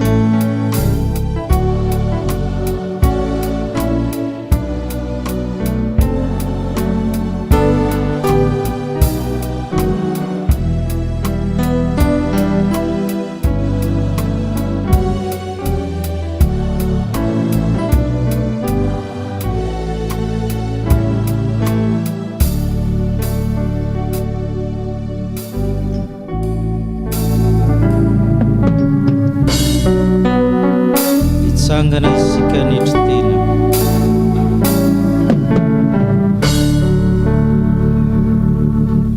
Oka isika iombo-po amin'ny mivavaka fanetretena manao hoe Tompo.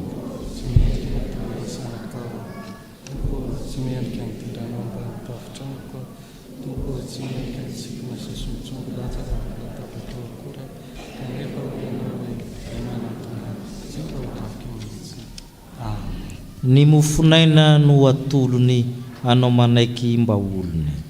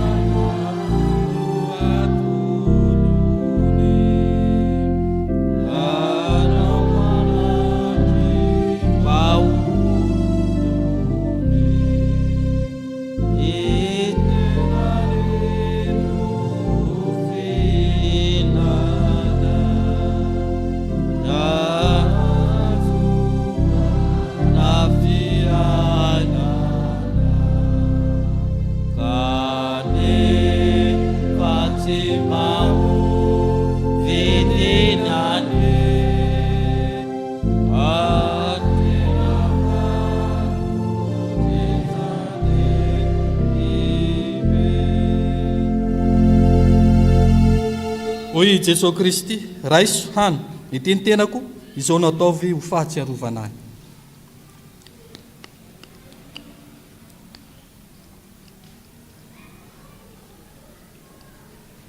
Jesosy Tompo no nanolotra ny ranomasina ho avotra.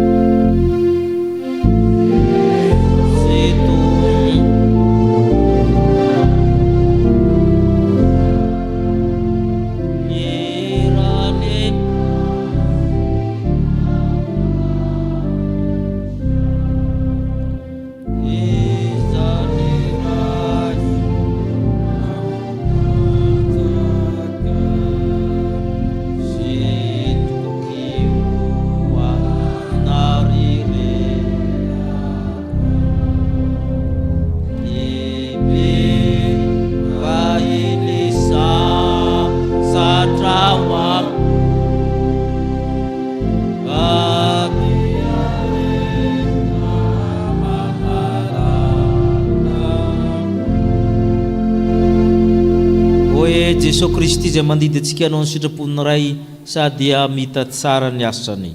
Sotroana rehetra ity fa tiany rako ny amin'ny fanekena vaovao izay alatsika ho an'ny rehetra ho famelan-keloka izao natao fahatsiarovana ahy na mivinany misotro ianareo.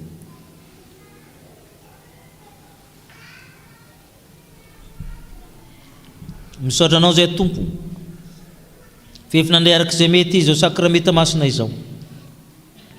Any mpanahy mahavoky tokoa izany sakafo mifanjakany lanitra maharitra mandrakizay. Misaotra Tompo. Amen. Hoy ny apôstôly masina vao amintsika vao avy niombona tamin'ny nofo mandany Kristy. Ko amin'izany dia mangataka aminareo ary rahalahy noho ny famindram-pon'Andriamanitra mba hatolotrareo ny tenanareo ho fanatitra velona masina sitrak'Andriamanitra dia fanimpom-panahy mety ataonareo izany.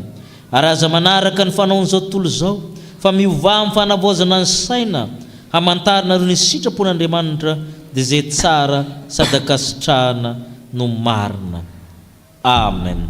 Petraka amin'ny fifaliana isika anao ny rakom-pisaorana.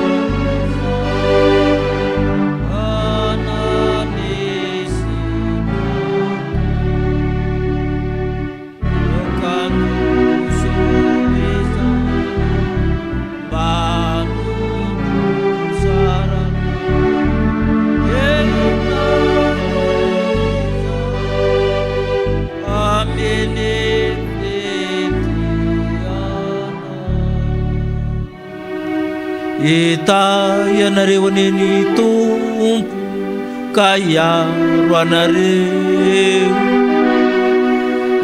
mpamirapirina amin'ny tavana aminareo aneny Tompo ka hianatra anareo,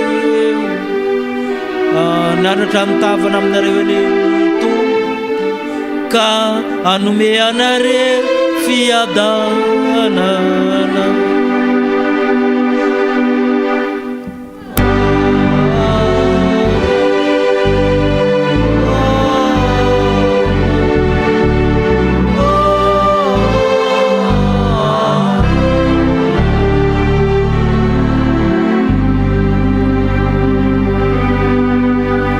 Petraka hivavaka mangina isika Tompo.